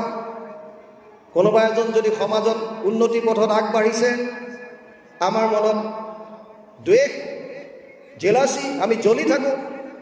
গাঁৱত যদি কোনোবা এজনৰ উন্নতি হৈছে, তাক কেনেকৈ তলৰ পৰা ধৰি পেলাওঁ, অপবাদ কেনেকৈ উলিয়াওঁ, অপমান কেনেকৈ কৰোঁ। কি ধৰ্ম আমি কৰিছোঁ? কোন পথত গৈছোঁ? সমস্ত জীৱৰ প্ৰতি প্ৰেম, তাৰ বিপৰীতে আমাৰ মনত কি আছে? গীতাত অৰ্জুনক কৈছে, অদ্বেষ্টা সৰ্বভূতানাম মৈত্ৰ কৰুণ এবচ নিৰ্মম নিৰহংকাৰ সম দুঃখ সুখ ক্ষমী সন্তুষ্ট সততাম যোগী অততাম দৃঢ় নিশ্চয় ময়ো অর্পিত মনোবুদ্ধির যো মদ ভক্তা সমে প্রিয়। দ্বাদশ অধ্যায় 13 আৰু 14 নম্বৰ শ্লোক গীতা।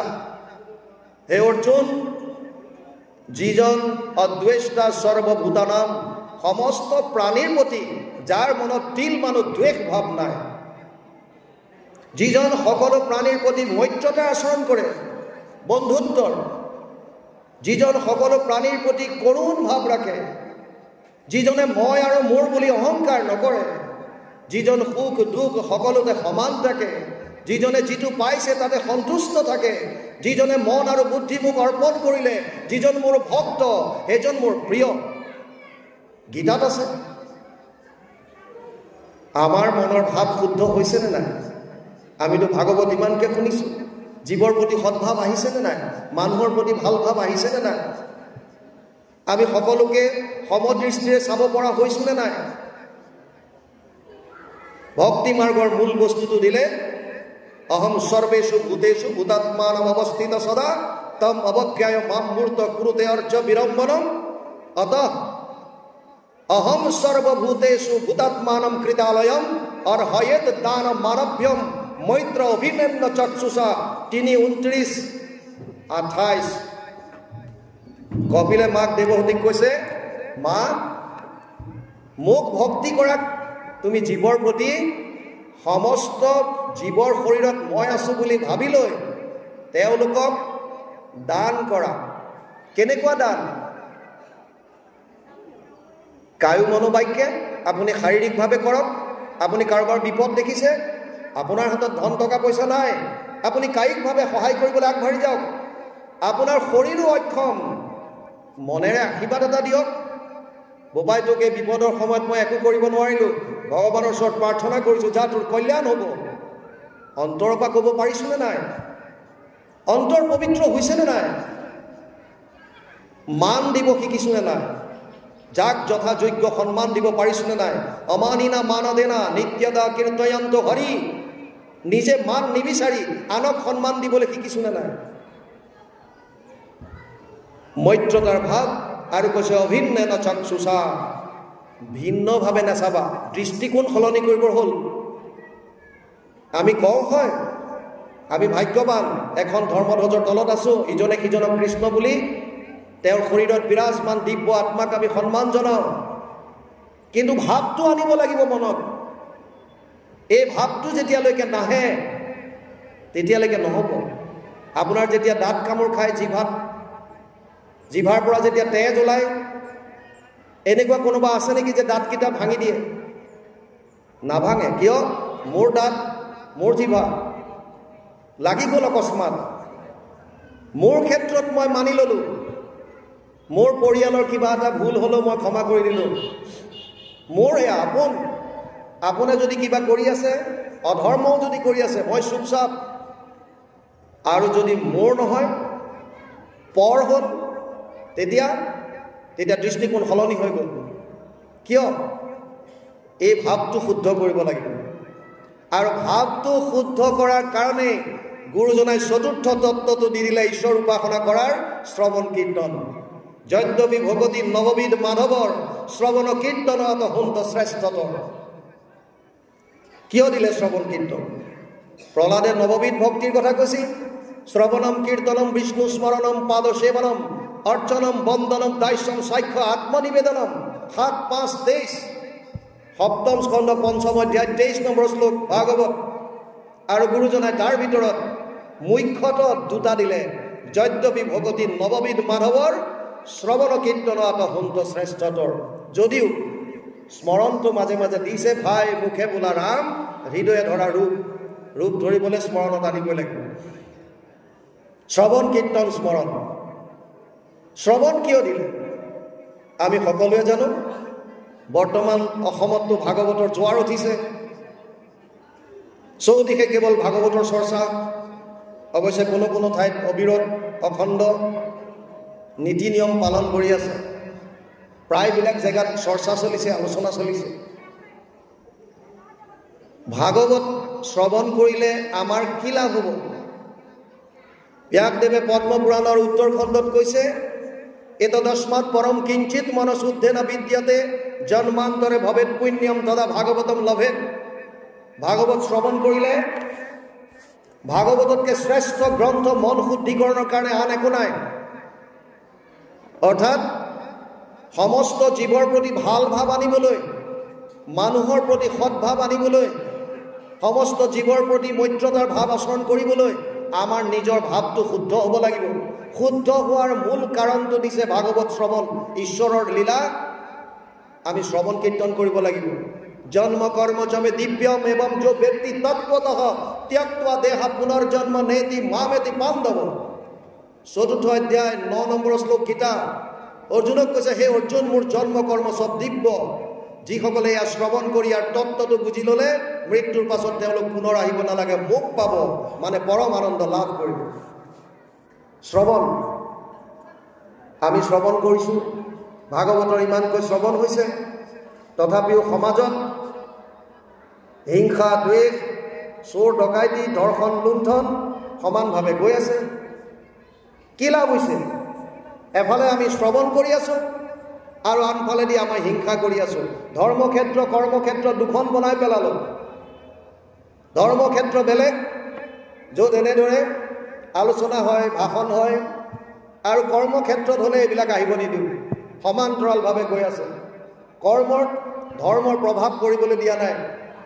যেতিয়া কৰ্মৰ কথা আহি যায় তেতিয়া আমি চব বেলেগ হৈ যাওঁ। আৰু ধৰ্মৰ ক্ষেত্ৰখনত বাহ কি লাভ হ'ব? যদি আমাৰ কৰ্মক্ষেত্ৰত ধৰ্মৰ প্ৰভাৱেই যদি নপৰে তাৰ পৰা কি লাভ হ'ব? আমি শাস্ত্ৰ জানি লাভ কি হ'ব? শাস্ত্ৰ জানিবলৈ কৈছে এইকাৰণেই যাতে কৰ্মক্ষেত্ৰত তাৰ প্ৰভাৱ পৰে, আমাৰ ভাৱৰ যাতে শুদ্ধতা আহে। আমি ইমানকৈ শ্ৰৱণ কৰি থকাৰ পাছতো সমাজত একেধৰণে গৈ আছে। সেইকাৰণে শ্ৰৱণ কৰিবলৈ যদিও দিছে, কেনেকৈ শ্ৰৱণ কৰিব, কেনেকৈ জ্ঞানটো লাভ কৰিব পাৰিম? অৰ্জুনক কৈছে, শ্ৰদ্ধাৱান লব্ধতে জ্ঞানম তৎপৰেশং যতেন্দ্ৰিয় জ্ঞানম লব্ধ পৰম শান্তি অচিৰেণ অধিগচ্ছতি। ৪ৰ্থ অধ্যায় ৩৯ নম্বৰ শ্লোক গীতা। হে অৰ্জুন, যিসকল শ্ৰদ্ধাৱান তেওঁলোকে জ্ঞানটো লাভ কৰিব পাৰিব। কেনেকৈ? শ্ৰৱণৰ দ্বাৰা। শ্ৰৱণ শ্ৰদ্ধা হ'লে, যদি শ্ৰদ্ধা সহকাৰে যদি শ্ৰৱণ কৰে গুৰুৰ বাণী, আৰু আমি গাই থাকোঁ ভাগৱত ভগৱান কৃষ্ণৰ বাংময় মূৰ্তি, আমি কৈ থাকোঁ যে কীৰ্তন দশম গুৰুজনাৰ বাংময় মূৰ্তি, আমি কৈ থাকোঁ মহাপুৰুষ মাধৱদেৱৰ বাংময় মূৰ্তি হৈছে ঘোষা আৰু ৰত্নাৱলী। গুৰুজনাই নিজে কোৱা কথা, শুনিও মাধৱ মোৰ থাকিবৰ স্থান কীৰ্তন দশমৰ মূৰ্তিৰ সমান। কীৰ্তন দশম পুথি থাকয় যথাত জানিবা মাধৱ মই থাকো সাক্ষাৎ। যিজন নিপুণে গুৰু আমাক বোলয় কীৰ্তনতে দশমতে আমাক দেখয়। আমি দেখা পাইছোনে নাই? আমি গুৰুক কীৰ্তন দশমৰ মাজত বিচাৰি পাইছোনে নাই? গুৰুজনে আদেশ দিছিল বৰাৰ পোক, ঘোষা নামে শাস্ত্ৰখানি তুমিও কৰিবা, ঘোষা ৰত্নাৱলীৰ মাজত তুমিও থাকিবা, আৰু তেওঁ ঘোষা ৰচনা কৰি দিলে। আমি ঘোষাত মহাপুৰুষ মাধৱদেৱক বিচাৰি পাইছোনে নাই? আমি ৰত্নাৱলীৰ মাজত বিচাৰি পাইছোনে নাই? ভাগৱত ভগৱান কৃষ্ণৰ বাংময় মূৰ্তি, তেনেয়ম বাংময় মূৰ্তি প্ৰত্যক্ষ বৰ্ততে হৰি সেৱাত শ্ৰৱণাত পথক দৰ্শনাত পাপনাশিনী। পদ্মপুৰাণ উত্তৰখণ্ড ভাগৱত মহাত্ম্য ৩য় অধ্যায় ৬২ নম্বৰ শ্লোক। মানে ভাগৱত ভগৱান কৃষ্ণৰ বাংময় মূৰ্তি, কীৰ্তন দশম গুৰুজনাৰ বাংময় মূৰ্তি, ঘোষা ৰত্নাৱলী মহাপুৰুষ মাধৱদেৱৰ বাংময় মূৰ্তি। আমি দেখা পাইছোনে নাই? আৰু কেনেকৈ পাম? শ্ৰৱণৰ দ্বাৰা। শ্ৰৱণ কীৰ্তন যিমান পাৰোঁ শ্ৰৱণ কীৰ্তন কৰিব লাগিব। যদি বাংময় মূৰ্তি ভাগৱত বুলি আনি কেৱল ৰঙা কাপোৰ মাৰি আপোনাৰ থাপনাত যদি স্থাপনা কৰি ধূপ ধূনা দি থাকে, নীতি নিয়মখিনিতো হ'ব, কিন্তু তাৰ জ্ঞানটো কেনেকৈ ল'ম? সেইকাৰণে ভকতৰ সংগত শ্ৰৱণ কৰিবলৈ কৈছে। মহন্তৰ মুখে কথা শুনা প্ৰথামত, তেৱেহে পুৰুষে পায় ভকতিৰ তত্ত্ব। আচল তত্ত্বটো বুজিবৰ কাৰণে শ্ৰৱণ। গতিকে সাধনত আমাক দিলে শ্ৰৱণ কীৰ্তন।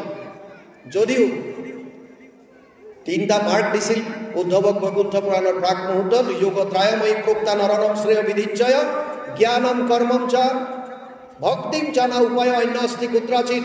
11:20-6 একাদশ স্কন্ধ 20 অধ্যায় 6 নম্বৰত ভগৱান কৃষ্ণই নিজ মুখে কৈছিল, হে উদ্ধৱ, মোৰ ওচৰলৈ আহিবলৈ 3টা মাৰ্গ আছে। এটা হৈছে কৰ্ম মাৰ্গ, য'ত যাগ যজ্ঞ পূজা পাতল আছে। এটা হৈছে জ্ঞান মাৰ্গ, য'ত নিৰ্গুণ নিৰাকাৰ ব্ৰহ্মক ধ্যান ধাৰণা সমাধিৰ দ্বাৰা পায়, আৰু এটা হৈছে ভক্তি মাৰ্গ, সমস্ত ভূতৰ প্ৰতি বিষ্ণুময় ভাৱ কৰি যিজনে ভকতৰ লগত শ্ৰৱণ কীৰ্তন কৰিলে কেৱল মোক একান্তভাৱে শৰণ ল'লে।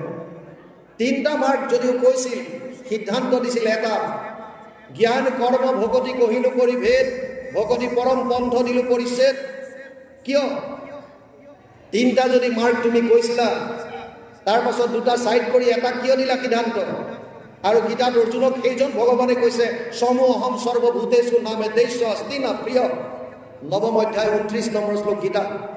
মই সকলোৰে কাৰণে সমান। যদি সকলোৰে কাৰণে সমান হয়, তেতিয়াহ'লে কৰ্মকাণ্ড জ্ঞান মাৰ্গ দুটা ছাইড কিয় কৰিলা? যাৰ কাৰণে সমাজত খেলি মেলি লাগিছিল। ভগৱানে কিয় কৰিলে? তেওঁৰ কিবা কাৰোবাৰ প্ৰতি বেয়া ভাৱ আছিল নেকি? নাই।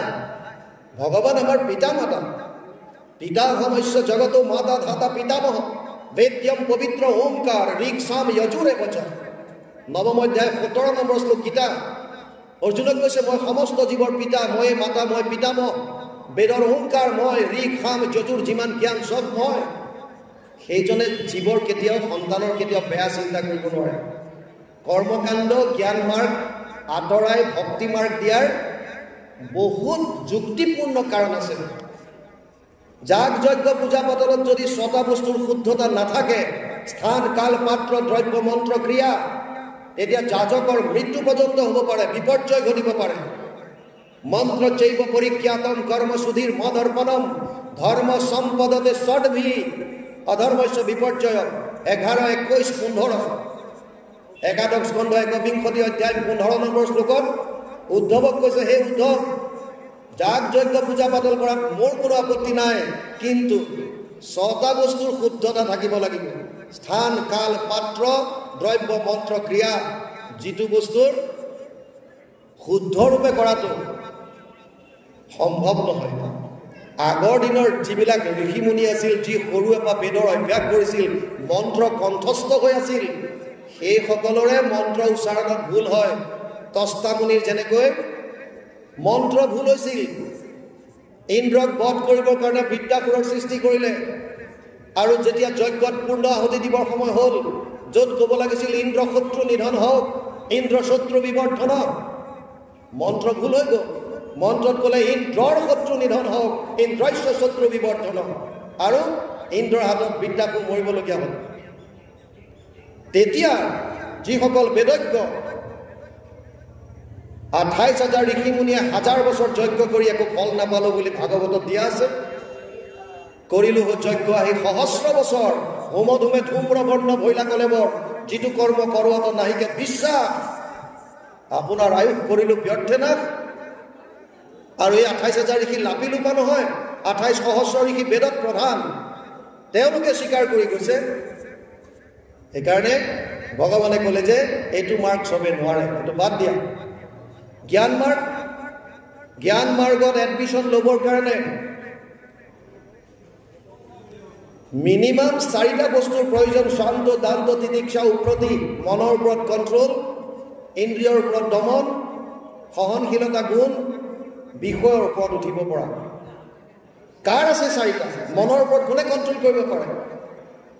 আৰু ঘৰ দুৱাৰ বাদ দি পেলাই হিমালয়ত গৈ, জংঘলৰ মাজত গৈ একান্তভাৱে আপুনি বহু বছৰ তপস্যা কৰিব লাগিব। তাকো গেৰেণ্টি নাই সিদ্ধি পাবনে নাই। মই 92 চনত SSBত জইন কৰিছিলোঁ। 93 জম্মু কাশ্মীৰৰ এখন জংঘলত আমাক এৰি দিছিল, জংঘল এক্সাৰচাইজ। জংঘলৰ মাজত এটা গুফাৰ সন্মুখত এজন বুঢ়া মানুহ লগ পাইছিলোঁ। মই সুধিলোঁ, এই জংঘলৰ মাজত আপুনি কি কৰিছে? বোলে এই গুফাটোত 12 বছৰ ধৰি এজন ঋষিয়ে তপস্যা কৰিছিল, কিন্তু যদিও যথেষ্ট সিদ্ধি লাভ কৰিছিল, ব্ৰহ্মক সমাধিত সাক্ষাৎ পোৱাৰ প্ৰাক মুহূৰ্তত এজনী ছোৱালীৰ সংস্পৰ্শত আহিল আৰু চব সিদ্ধি লগে লগে শেষ। আমি ক'লো এবাৰ চাব পাৰিমনে? বোলে আন্ধাৰ গোটেই ভিতৰত পোহৰ এটা লৈ গৈ আমাক দেখুৱাইছিল। এই ঋষিজনৰ ফটোখন তাত আছিল।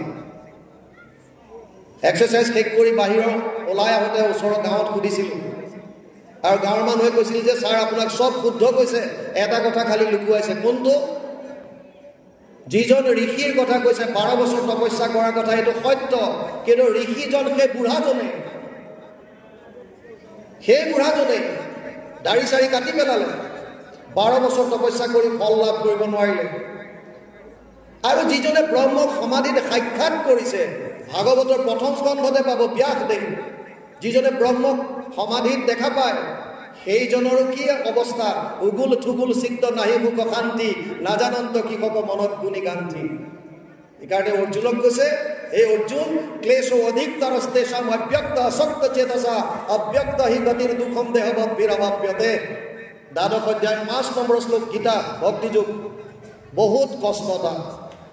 দেহাভিমানীৰ কাৰণে জ্ঞান মাৰ্গটো অতি কঠিন, আৰু সেইকাৰণে কৰ্ম মাৰ্গ আৰু জ্ঞান মাৰ্গ দুটা ছাইড কৰি আমাক সহজ আৰু সুগম এটা বাট দেখুৱাই দিলে ভক্তি মাৰ্গ।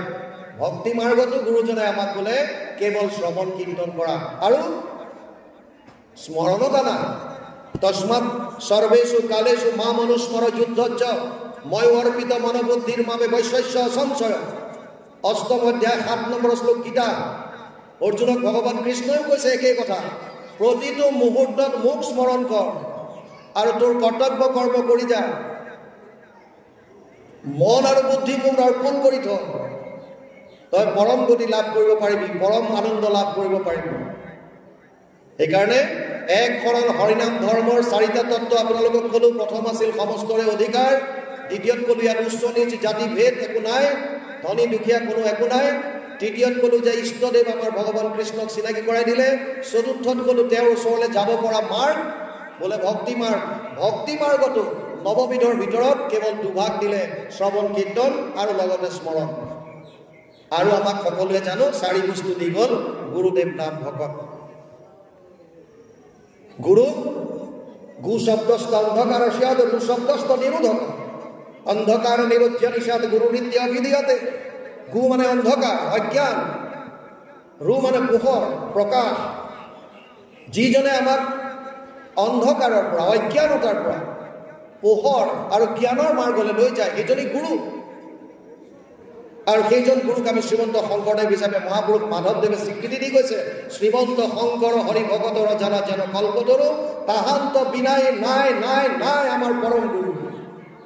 সেইজন গুৰুক আমি পাইছো, যিজন তেওঁৰ লগতে ছায়াটোৰ দৰে থকা মহাপুৰুষ মাধৱদেৱে কৈ থৈ গৈছে। গতিকে প্ৰশ্ন চিহ্ন লগাৰ কোনো কথাই নাই। দেৱৰ বিষয়ে আমি আলোচনা কৰিলো। নাম প্ৰত্যেকটো যুগৰ কাৰণে ঈশ্বৰ আৰাধনাৰ উপায় বেলেগ বেলেগ। কৃতেয়ত ধ্যায়ত বিষ্ণু ত্ৰেতায়াম যজতে মুখে দ্বাপৰে পৰিচাৰ্যায়াম কলো তদ হৰি কীৰ্তনা। 12:3-52 দ্বাদশ স্কন্ধ 3য় অধ্যায় 52 নম্বৰ শ্লোকত ব্যাসদেৱে লিখিছে আৰু অনুবাদ কৰিছে মহাপুৰুষ মাধৱদেৱে তেওঁৰ অনবদ্য গ্ৰন্থ নাম ঘোষাত। যুগ ধৰ্ম নিৰ্ণয় 399 পদ যোগাত সত্য যুগে ধ্যান, ত্ৰেতা যুগে যজ্ঞ, দ্বাপৰ যুগত পূজা, কলিত হৰিৰ কীৰ্তন বিনাই আৱৰ নাহিকে দুজা। কেৱল আৰু কেৱল ঈশ্বৰৰ নাম। কলৌ দোষ নিধে ৰাজন অস্তি এক মহান গুণ, কীৰ্তনাদেৱ কৃষ্ণস্য মুক্ত সংগ পৰম ব্ৰজেত। 12:3-51 দোষৰ সাগৰ কলি তাকো পৰীক্ষিত ৰাজা, গুণ দেখি কৰিলা ৰক্ষণ, অন্তজাতি পাতকীও কলিত তৰয় সুখে, মুখে কৰি কৃষ্ণৰ কীৰ্তন। কেৱল নাম, কেৱল নাম। আৰু শেষত দিলে ভকত। ভকত কাক কম এতিয়া? তিতিক্ষাম কাৰুণিকা সুহৃদ সৰ্বদেহিনাম অজাদ সত্ৰবহ শান্ত সাধব সাধুভূষণম। যাৰ সহনশীলতা গুণ আছে, যিজন সমস্ত জীৱৰ প্ৰতি যাৰ হৃদয়ত কৰুণ ভাৱ আছে, যিজন সমস্ত জীৱৰ প্ৰতি সুহৃদয়, যিজনৰ কোনো শত্ৰু নাই, যিজন সকলোতে সমান আৰু শান্ত হিচাপে থাকিব পাৰে, যি কেৱল একত শৰণ লৈছে কৃষ্ণ, যিজনে সমস্ত জীৱৰ প্ৰতি সমভাৱ লৈ সকলোৰে কল্যাণৰ অৰ্থে চিন্তা কৰে। সৰ্বে ভৱন্তু সুখিন সৰ্বে সন্তু নিৰাময়, সকলোৰে কাৰণে যাৰ মনত ভাল ভাৱ, সেইজন ভকত। আমি কোনো কাপোৰৰ দ্বাৰা, তেওঁৰ বাকী বেলেগ ধৰণৰ দিখাৱাৰ দ্বাৰা আমি ভকতৰ চিনাক্তি কৰিব নোৱাৰোঁ। ভাৱত কি আছে? যদি ভাৱ শুদ্ধ, সমস্ত জীৱৰ প্ৰতি যদি ভাল ভাৱ, মানুহৰ প্ৰতি যদি ভাল ভাৱ, তেওঁৰ পৰা যদি কাৰো অপকাৰ হোৱা নাই, যদিও উপকাৰ কৰিব পৰা নাই, কাৰো অপকাৰ কৰা নাই, সদায় ঈশ্বৰত মাত্ৰ কেৱল শৰণ, বাকী তেওঁৰ বাহিৰে কাৰো কথা চিন্তা কৰা নাই, যি হ'ব তেওঁ কৰিব, আশ্ৰয় মাত্ৰ একক, সেইজন ভকত চিনাকি কৰাই দি থৈ গৈছে। আপোনালোকে নিবি নৱসিদ্ধ সংবাদত 9টা প্ৰশ্নৰ কোন ভাগৱত ধৰ্ম ভক্ত বুলি কাক দ্বিতীয়টোতে আছে। উত্তম মধ্যম কনিষ্ঠ ভাগৱত কেনেকুৱা ধৰণৰ সমস্তখিনি পাব। গতিকে এক শৰণ হৰিনাম ধৰ্মৰ মূল কথাখিনি থুলমূলকৈ আপোনালোকক বুজাই দিলোঁ। বাপ বান্ধৱ ভাই মাতৃ সমস্ত, সময় যথেষ্ট হ'ল। 1 ঘণ্টা সময় আমাক দিছিল, 1 ঘণ্টা 6 মিনিট হৈছে। ইয়াৰ পাছতো বহুকেইজন আছে বক্তা, তেওঁলোকে নিজৰ নিজৰ মন্তব্য ৰাখিব। এটা দুখৰ বিষয়, ইমান এটা সুন্দৰ ধৰ্ম গুৰুজনাই প্ৰৱৰ্তন কৰি যোৱাৰ পাছত এই ধৰ্মটো প্ৰচাৰ আৰু প্ৰসাৰৰ অৰ্থে তেওঁ সাহিত্যৰ চৰ্চা কৰিলে, সাহিত্য অনুবাদ কৰিলে, নিজে মৌলিকভাৱে ৰচনা কৰিলে। যিসকলে জানে তেওঁলোকৰ কাৰণে সাহিত্য, যিসকল পণ্ডিত তেওঁলোকৰ কাৰণে সংস্কৃততে লিখিলে ভক্তি ৰত্নাকৰৰ দৰে, আৰু যিসকল সেই সময়ত অজ্ঞ আছিল, যিসকলে পঢ়িবও নাজানে, তেওঁলোকৰ কাৰণে এই যে ভাওনা, গীত মাত নৃত্য ইত্যাদিবিলাক তেওঁ নিজে প্ৰৱৰ্তন কৰি গ'ল। উদ্দেশ্য মাত্ৰ এটা, কেৱল আৰু কেৱল কৃষ্ণৰ ভক্তি। আৰু গুৰুজনাই কেৱল ধৰ্ম প্ৰচাৰ আৰু প্ৰসাৰৰ অৰ্থে কৰা সাহিত্যই অসমীয়া সাহিত্যৰ ভঁৰাল টনকিয়াল কৰাৰ লগতে ধ্ৰুপদী ভাষা দিয়াত এক মোটা বহু এটা ডাঙৰ অংশ তেওঁ প্ৰভাৱ বিস্তাৰ কৰি আছে। কিয়? গুৰুজনাই কেৱল মাত্ৰ ধৰ্মৰ অৰ্থে কৰা সাহিত্য, কেৱল যদি সাহিত্য কৰিলেহেঁতেন তেতিয়াহ'লে কিমান কি কৰিলেহেঁতেন আমি কল্পনা কৰিব নোৱাৰোঁ। সেই সাহিত্যকে লৈ আমি আজি অসমীয়া বুলি গৌৰৱান্বিত, আমি গৌৰৱত আছোঁ। গুৰুজনাৰ এই এক শৰণ হৰিনাম ধৰ্মত তেওঁ বৈকুণ্ঠ প্ৰয়াণৰ পাছতেই বিষয় বাবক লৈ, পদবীক লৈ লাগিল খেলি মেলি, আৰু এটা দুটা নহয় 4টাকৈ সংহতি হ'ল। যাৰ যেনেকুৱা মন পুনৰ তেনেকৈ কৰিবলৈ ল'লে, অতি পৰিতাপৰ কথা। য'ত মূৰ্তি পূজাৰ বাৰণ কৰিছিল সেই মূৰ্তি পূজাই আকৌ বহুতত ঠাই পালে, আৰু শেষত 1930 চনত কেইজনমান সন্ত মহন্তৰ কৃপাত ৰমাকান্ত মুক্তিয়াৰ এটা, হলধৰ ভূঞা, কবিকা বল্লভ ভূঞা, এওঁলোকৰ কৃপাত আমাৰ শ্ৰীমন্ত শংকৰদেৱ সংঘই জন্ম হ'ল। আৰু আজি আমি আপোনালোকৰ আগত সেই অনুষ্ঠানৰ সেই ধৰ্মধ্বজৰ তলত থাকি গুৰুজনাৰ ধৰ্মৰ বিষয়ে দুআষাৰ কোৱাৰ সুবিধা পাইছোঁ। আমি নিজকে গৌৰৱান্বিত বুলি ভাবোঁ। বাপ বান্ধৱ ভাই মাতৃ সমস্ত, কম বুলি আমি একো ক'ব নোৱাৰোঁ। নিষ্ঠিত হৈ প্ৰভু ভগৱন্তই যেনেকৈ কোৱাই নিয়ে আমি সেইমতে আগবাঢ়োঁ। ইয়াতো যদি ক'ৰবাত কিবা অপৰাধ ৰৈ গৈছে, সৰ্ব অপৰাধ আমি শিৰ পাতি লৈ আপোনাসক বাপ বান্ধৱ ভাই মাতৃ সমস্তৰে শ্ৰীচৰণত আমাৰ মস্তক ৰাখি মহাপুৰুষ মাধৱদেৱৰ এজোপা ঘোষাৰে আমি সেৱা ধৰিছোঁ। অপৰাধ বিনাশন তজু নাম নাৰায়ণ, জানি নামে পকিলো শৰণে, আনৰ গতি নাহিকে মৰণে, অপৰাধ ক্ষমা কৰি তুমি দয়াশীল হৰি, মুখ ৰক্ষা কৰি চৰণে প্ৰভু, মুখ ৰক্ষা কৰি চৰণে কৃষ্ণ। জয় গুৰু।